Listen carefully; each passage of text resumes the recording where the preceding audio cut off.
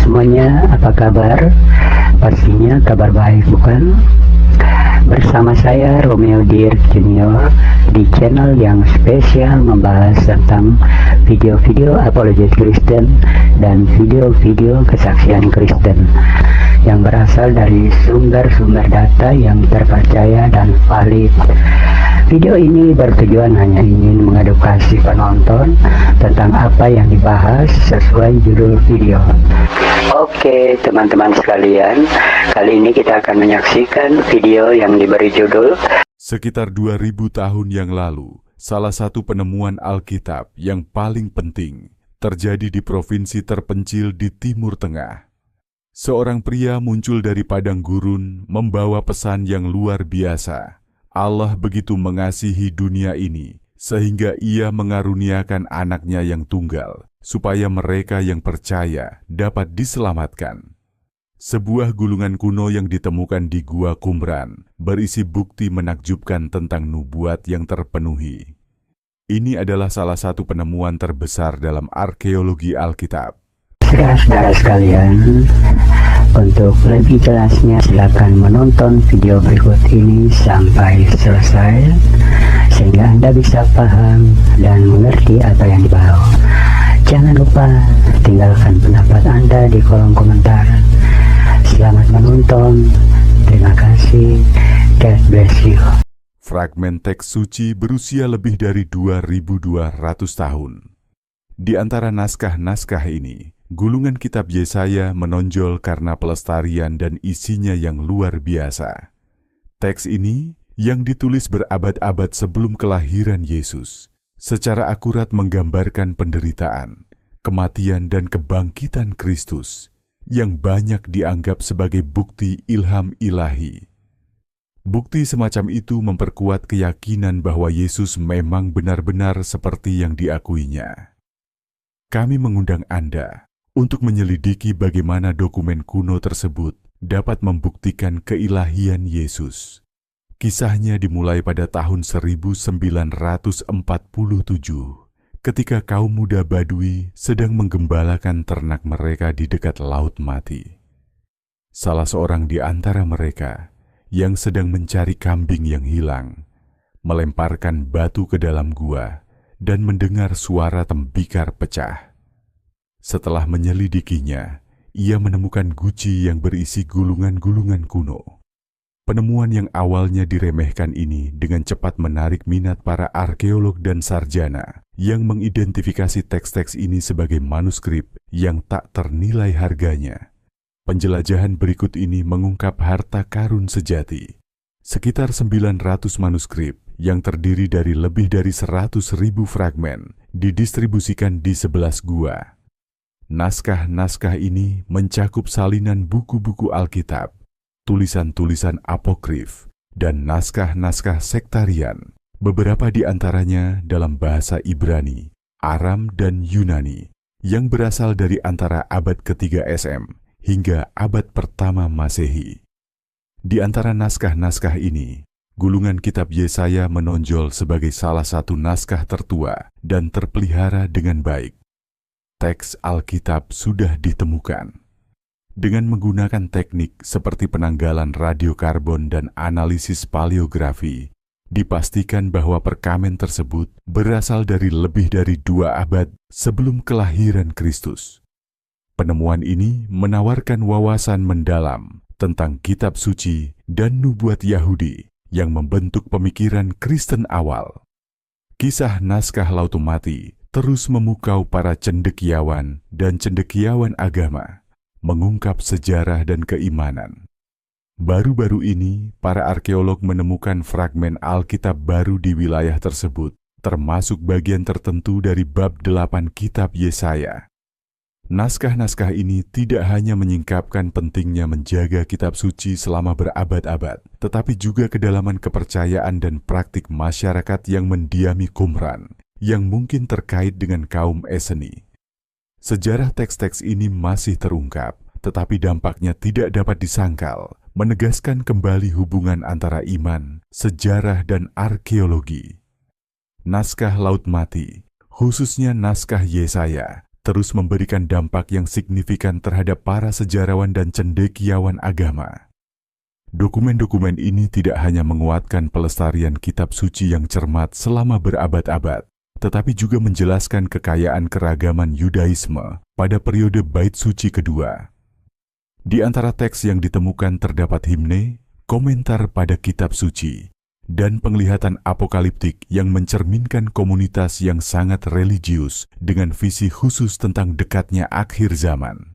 Naskah-naskah tersebut dianggap sebagai kesaksian sejarah yang sangat relevan, yang menunjukkan bagaimana agama Yahudi pada masa itu menyimpan berbagai kepercayaan dan praktik yang banyak di antaranya secara langsung memengaruhi agama Kristen awal. Komunitas Qumran yang sering dikaitkan dengan kaum Esseni menunjukkan tingkat pengabdian yang mengesankan, menekankan kemurnian ritual, kehidupan komunal, dan harapan mesianis yang kuat. Bagi umat Kristen, naskah Laut Mati memiliki implikasi yang mendalam. Penemuan teks-teks kuno tersebut menegaskan pelestarian historis kitab suci yang memperlihatkan bahwa versi-versi Alkitab modern mencerminkan dengan keakuratan yang luar biasa teks-teks aslinya. Meskipun terdapat sedikit variasi tekstual, konsistensi keseluruhan memperkuat keyakinan terhadap kesetiaan transmisi teks suci. Penemuan yang menonjol adalah gulungan lengkap kitab Yesaya yang berisi seluruh nubuat tentang Mesias. Teks ini, yang ditulis sekitar 2 abad sebelum Masehi, menyajikan rincian tepat yang menunjuk langsung kepada kehidupan, penderitaan, dan kebangkitan Yesus. Sebelum penemuan ini, salinan kitab Yesaya tertua yang diketahui berasal dari sekitar tahun 900 M, yang memicu perdebatan di kalangan skeptis tentang keaslian nubuat tersebut. Namun gulungan Qumran menghilangkan keraguan ini dengan memastikan keasliannya karena ditulis sebelum zaman Kristus, sehingga memperkuat kebenaran nubuat Alkitab. Penemuan naskah Laut Mati tidak terbatas pada teologi. Dia mengubah studi. Sejarah Alkitab menawarkan pandangan langka tentang bagaimana teks-teks keagamaan dihimpun, dipelihara, dan ditafsirkan. Koleksi teks yang luas, termasuk kitab-kitab suci dan apokrif, menyingkapkan bahwa berbagai versi dan tradisi hidup berdampingan, mencerminkan kekayaan pemikiran keagamaan. Penemuan terkini, termasuk fragmen tambahan yang ditemukan dalam penggalian yang sedang berlangsung, terus memperkaya pemahaman kita. Fragmen teks Alkitab, seperti bab 8 kitab Yesaya, memperkuat pelestarian kitab suci yang cermat dan memperluas pengetahuan tentang praktik keagamaan saat itu. Pentingnya gulungan Yesaya dan gulungan Laut Mati lainnya melampaui nilai arkeologisnya. Mereka melambangkan jembatan antara masa lalu dan masa kini, yang menghubungkan kita dengan masa ketika iman dijalani dengan penuh semangat dan kitab suci disampaikan dengan cermat. Bagi umat Kristiani, teks ini menjadi kesaksian kuat mengenai keandalan firman Tuhan dan nubuat-nubuat yang menunjuk kepada Yesus Kristus sebagai Mesias. Bersiaplah untuk menjelajahi wahyu yang menakjubkan dari nubuat Yesaya dan bagaimana nubuat itu berhubungan dengan kisah Yesus. Setiap detail yang ditemukan di gua-gua ini bergema selama berabad-abad, mengungkap kebenaran yang terus memengaruhi kehidupan jutaan orang hingga hari ini. Nubuat-nubuat Yesaya terus membuat kagum para cendekiawan dan tokoh agama, terutama jika dibandingkan dengan kehidupan dan pelayanan Yesus Kristus.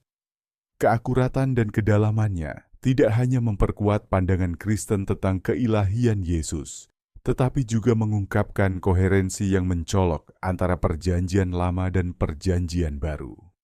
Yesaya 53 khususnya terkenal karena deskripsinya tentang hamba yang menderita, yang oleh umat Kristen diidentifikasikan sebagai Yesus Kristus. Bab ini tidak hanya mengantisipasi peristiwa tertentu dalam kehidupan Yesus, tetapi juga menawarkan gambaran rinci tentang misi penebusannya. Mari kita terus menelusuri hubungan-hubungan ini. Yesaya 53,12 Ia telah menyerahkan nyawanya ke dalam maut, dan ia terhitung di antara pemberontak-pemberontak.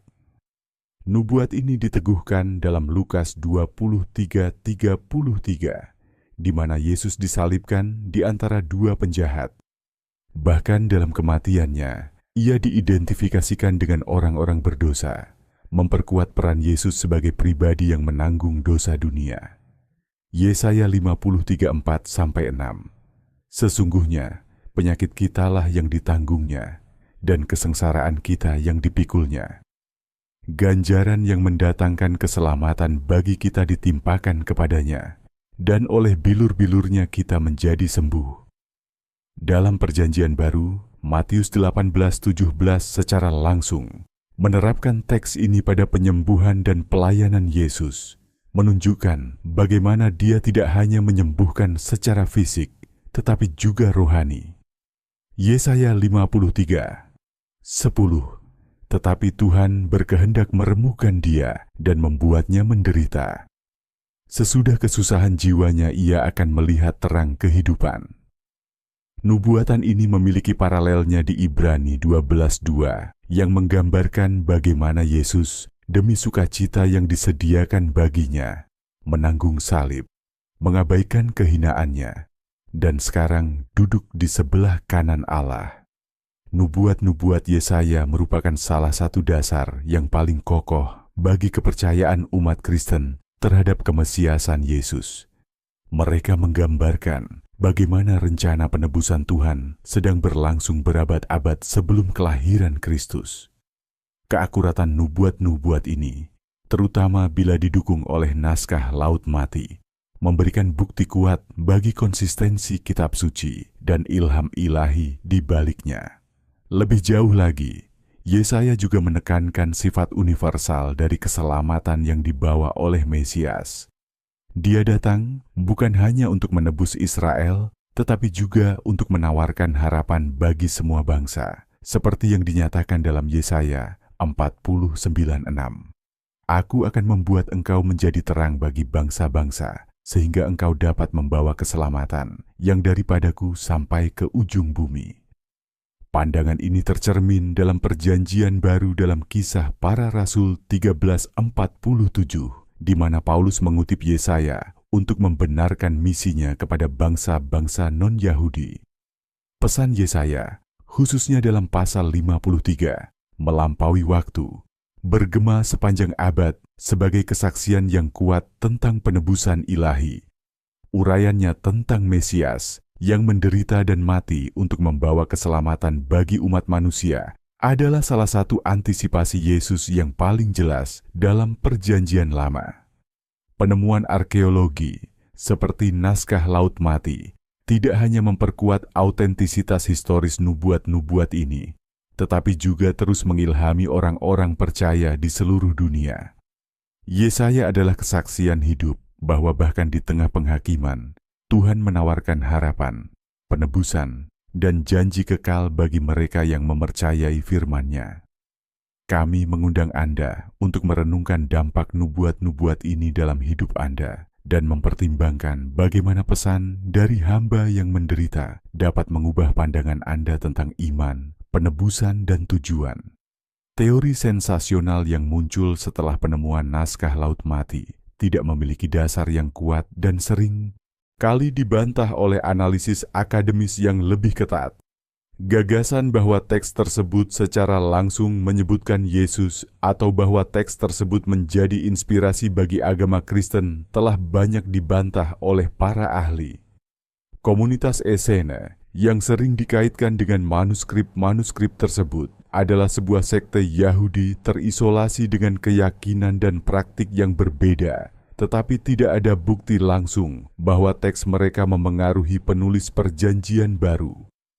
Meskipun terdapat kontroversi ini, naskah-naskah tersebut tetap sangat berharga bagi studi sejarah Alkitab dan pemikiran Yahudi pada periode Bait Suci kedua. Mereka menyediakan jendela unik ke dalam lingkungan teologis, budaya, dan politik yang mendahului lahirnya agama Kristen. Melalui mereka, kita melihat bagaimana konsep-konsep seperti Mesias, penghakiman ilahi, dan penebusan berkembang dalam pemikiran Yahudi yang menyiapkan panggung bagi dampak transformatif pelayanan Yesus. Nubuat Yesaya tentang hamba yang menderita, khususnya dalam pasal 53, dipandang oleh umat Kristen sebagai cerminan yang jelas tentang misi Kristus. Simbolisme penderitaan, penolakan, dan keselamatan yang dikaitkan dengan sang hamba terus mengilhami penafsiran teologis yang menunjuk kepada Yesus sebagai penggenapan janji-janji ilahi.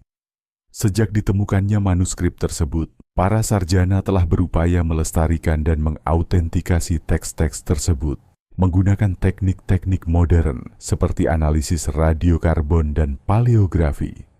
Kajian-kajian ini mengonfirmasikan autentisitas dan kekunoan naskah-naskah tersebut yang memperkuat kepentingan historis dan spiritualnya. Penafsiran yang lebih sensasional, yang mencoba menghubungkan langsung teks-teks Essene dengan agama Kristen, seringkali gagal mengenali konteks khusus di mana teks-teks itu ditulis. Komunitas Qumran memiliki praktik dan kepercayaan yang, meski menggaungkan tema-tema Yahudi tertentu, berbeda secara substansial dari pesan utama Perjanjian Baru. Misalnya, guru kebenaran yang disebutkan dalam naskah tersebut adalah tokoh yang secara eksklusif terkait dengan kepemimpinan komunitas Essen dan tidak memiliki hubungan langsung dengan Yesus atau agama Kristen. Naskah Laut Mati tetap menjadi salah satu harta arkeologi terbesar abad ke-20. Mereka tidak hanya menegaskan pelestarian kitab suci Ibrani, tetapi juga menyediakan konteks yang lebih luas untuk memahami lingkungan teologis yang memunculkan agama Kristen. Bahkan teori yang paling kontroversial pun membantu merangsang minat dan perdebatan akademis, menyoroti relevansi abadi teks-teks ini. Saat kita meneliti nubuat-nubuat Yesaya, teks-teks naskah Laut Mati, dan pengaruhnya terhadap pemahaman modern tentang Alkitab, jelaslah bahwa penemuan-penemuan ini memperkuat kekayaan warisan spiritual dan sejarah umat manusia. Meskipun beberapa penafsiran sensasional telah dibantah, naskah-naskah tersebut tetap menjadi kesaksian yang fasih tentang pelestarian firman Tuhan dan kedalaman pemikiran keagamaan pada masa kuno. Kami mengundang Anda untuk terus mengeksplorasi implikasi dari penemuan ini dan merenungkan bagaimana kitab suci terus bergema, menawarkan hikmat, inspirasi, dan iman di tengah dunia yang terus berubah. Penemuan naskah Laut Mati terus memukau para sarjana dan masyarakat umum, meskipun ada teori kontroversial dan interpretasi sensasional yang telah muncul selama bertahun-tahun. Teks kuno ini yang ditemukan di Gua Qumran menawarkan wawasan unik tentang Yudaisme bait suci kedua dan memperkaya pemahaman kita tentang asal-usul agama Kristen serta konteks sejarah dan budaya di mana ia muncul. Meskipun terdapat kontroversi dan spekulasi, nilai sebenarnya dari naskah Laut Mati terletak pada kontribusi akademis dan spiritualnya. Mereka membantu meneguhkan pelestarian kitab suci Ibrani yang cermat, yang menunjukkan bahwa teks-teks Alkitab pada intinya tetap konsisten selama berabad-abad. Lebih jauh lagi, naskah-naskah tersebut mengungkap praktik-praktik keagamaan dan kepercayaan yang rumit dari komunitas-komunitas Yahudi pada masa itu, seperti kaum Esseni, yang berusaha menjalani kehidupan yang murni dan menaati hukum-hukum agama secara ketat.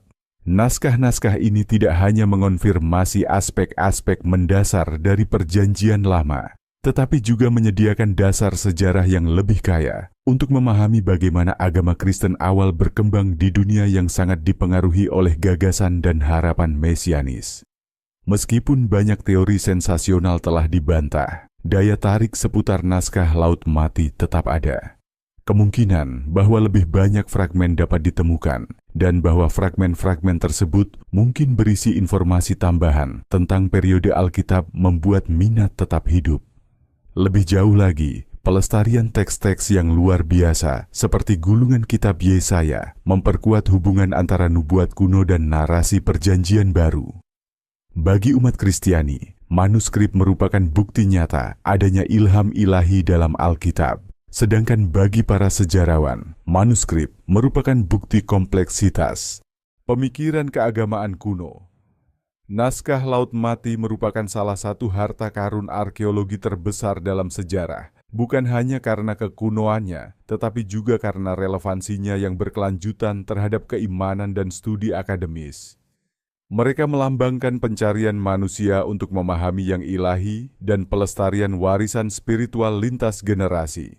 Apakah Anda seorang yang beriman, seorang yang skeptis, atau sekadar ingin tahu tentang dunia kuno? Manuskrip tersebut mengundang kita untuk merenungkan hubungan antara iman, sejarah, dan ketahanan pesan spiritual. Tinggalkan pendapat Anda tentang penemuan naskah Laut Mati pada kolom komentar di bawah. Dan jangan lupa untuk menyukai video ini, berlangganan saluran kami, dan jelajahi lebih banyak konten menarik tentang sejarah dan spiritualitas. Lagi pula, selalu ada hal baru untuk dipelajari dan ditemukan.